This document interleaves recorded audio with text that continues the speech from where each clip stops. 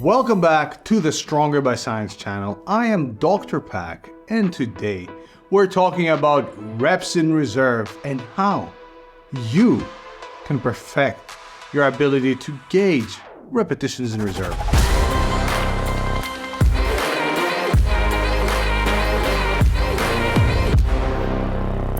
It's something that we often see and hear about either in gyms or at social media. People making fun of either themselves or other people for overshooting, so supposedly doing sets that are harder than they're intended to be, or undershooting, meaning that even though they were supposed to go close to failure, they did not because for some reason they weren't really good at gauging their proximity to failure. But why should I care about accurately predicting repetitions in reserve? I hear you asking. And to that, I have a few responses. One, and take this with a pinch of salt, being close to failure is important for hypertrophy, so knowing that you are indeed close to failure makes sense. That's not to say that you cannot make gains away from failure or that all your sets need to be to failure, and obviously the latter would not require you to actually be good at estimating repetitions in reserve because you would just go to failure. But in general, training hard and from a fatigue standpoint as well, you may want to be at a point where you're leaving a couple of reps in reserve, which should allow you to pretty much maximize hypertrophy, while at the same time potentially saving you a bit of the extra fatigue that you'd get from training to failure. Now, on the strength side of things, estimating repetitions in reserve can be more flexible because you can be at a variety of reps in reserve and still make great gains, assuming that you're using somewhat heavy loads. But still, knowing roughly how many reps you have left in the tank can be a very useful skill for both strength and hypertrophy training, because in many of today's programs or whenever you work with a coach, the concept of autoregulation is heavily utilized. Autoregulation, simply put, is just a structured approach for embedding a respect for individual variation within a program, as expressed by the good doctor, Dr. Eric Helms, in his Stronger by Science article, The Science of Autoregulation. Essentially, autoregulation allows you to select loads that are appropriate for your level of readiness on any given day. There's going to be weeks where things feel more rough in the gym than other weeks, and autoregulating makes sense. And that's where being relatively accurate with your repetitions in reserve can come in handy. So let's look at the current literature on repetitions in reserve. Obviously, we're going to do a brief overview. There is an article by myself on the topic if you want a deeper dive. Overall, though, we have a review published by Halperin et al. Very recently, which I had the honor of being involved in. And that review essentially found that overall, regardless of training status, people were relatively accurate, although imperfect, at gauging their repetitions in reserve, and they were under-predicting by approximately 1 repetition. Keep in mind that prediction accuracy was better when doing sets below 12 reps, and things were not as great going above 12 reps, so doing very high repetition sets, prediction accuracy was not as great.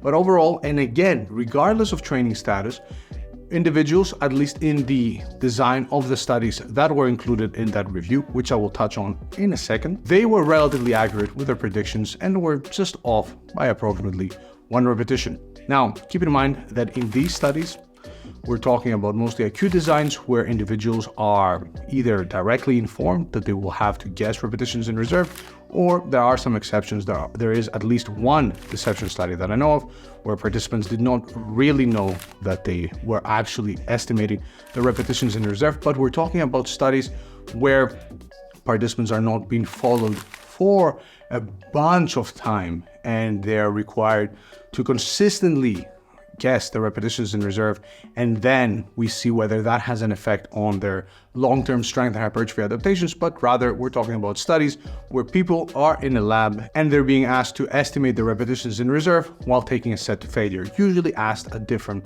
time points, and then seeing what the difference between their prediction and their actual repetitions is and calculating. So the current available literature, at least up to the point where the exploratory meta-analysis I just mentioned was published. There's a few more studies that came after that, which I will touch on in a second. But up until recently, not that things have changed much, the literature, at least the majority of the literature, pointed at both trained and untrained individuals being relatively accurate at gauging their proximity to failure. Keep in mind that obviously we must take in account the design of the studies that were included. So following the Halperin exploratory meta-analysis, there were at least 3 more studies that looked at this exact topic in both trained and untrained participants, and including exercises like the bench press, arguably the only exercise one should do. Just kidding, I don't even bench press, I'm an overhead press enjoyer, side note. But these studies overall, again, sort of confirmed what the Halperin review found. Participants were somewhat off by 1 repetition, approximately, in some cases less than 1 repetition. Prediction accuracy improved later in a set, so when they were getting closer to failure, their prediction was slightly better than when estimating repetitions in reserve earlier in a given set.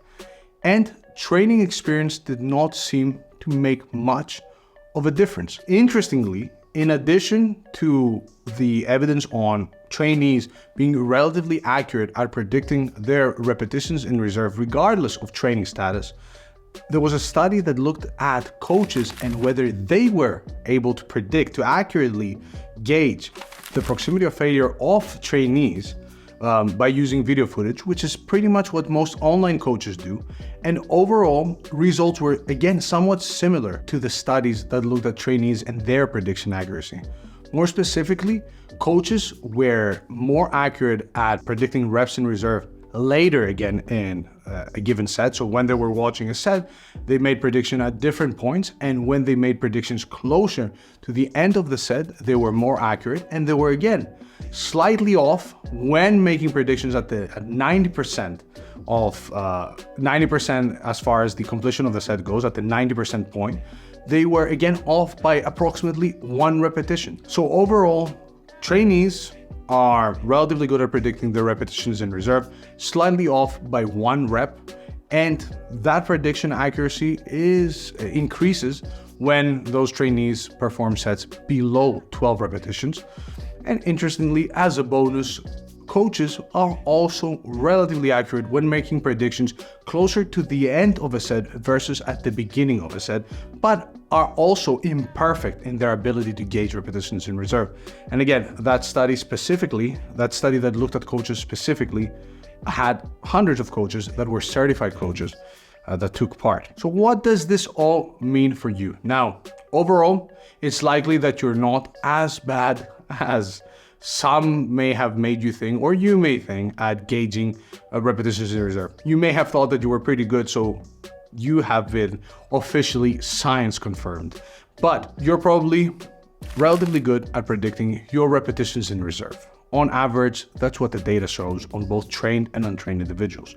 As far as implementing the findings of the current research in your training, I'd say 1, make sure that you are aware of the fact that you need to be predicting repetitions in reserve during a set, and do that towards the end of the set so that your prediction is likely to be more accurate versus starting your set and trying to predict reps at the beginning and sort of going based off of that number and thinking, okay, this feels like I have 5 reps in reserve, I'll just do another 3, which should land me at 2 reps in reserve, which is my goal for that set. Make your predictions closer to the end of that set so that you are likely to be off only by 1 repetition, or even pretty accurate, depending obviously on your experience. At the same time, if you're finding it hard to accurately gauge your proximity to failure, opt for sets that are lower in repetitions, so 12 and below reps, versus going full on 15 to 20 reps for the majority of your sets. Now, staying in the 1 to 12 rep range will cover all your bases as far as both strength and hypertrophy go. And at the same time, it may make life a bit easier when you're trying to specifically aim for a specific RIR, specific reps in reserve target, especially when training for hypertrophy or strength and fatigue management is of concern to you. So if you want to specifically train for hypertrophy but don't necessarily want to go to failure or very close to failure, because that may be more fatiguing than staying a few reps away from failure for some exercises, opting for lower rep ranges may be a good idea. At the same time, it can also help you know that you are indeed at a close proximity to failure, because that's also important for hypertrophy. And more importantly, if you're working with a coach or you're following a specific program that has a specific reps in reserve range or value that you need to shoot for, you are more likely to abide by that specific prescription versus just, being way off whatever the program says. These tips aside, another thing that you can do in order to actually calibrate your ability of knowing whether you're actually good at predicting repetitions in reserve is to do a few sets to failure at some point here and there in your training, obviously in a safe manner. I'm not saying load up the squat bar with as much weight as you can and go for an AMRAP without a spot to see whether you're actually accurate at predicting repetitions in reserve, but rather take a few sets here and there to failure while actively predicting repetitions in reserve at different time points during that set, and then see if you're actually off by one rep,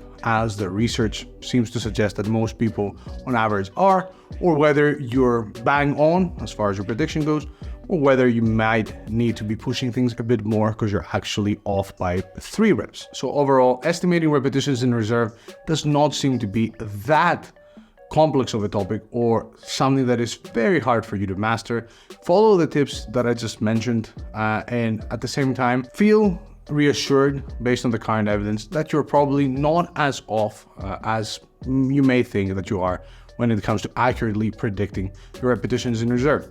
Allow me to also say that, hey, if you're somebody who just loves training to failure and all your training is to failure, you probably don't need to worry much about accurately predicting repetitions in reserve, although still, it's an easy skill to learn, and it's something that you can do, especially if you're training to failure, because you can literally ask yourself, how many reps do I have left? And then you're taking the set to failure, so you can constantly evaluate your ability to do that.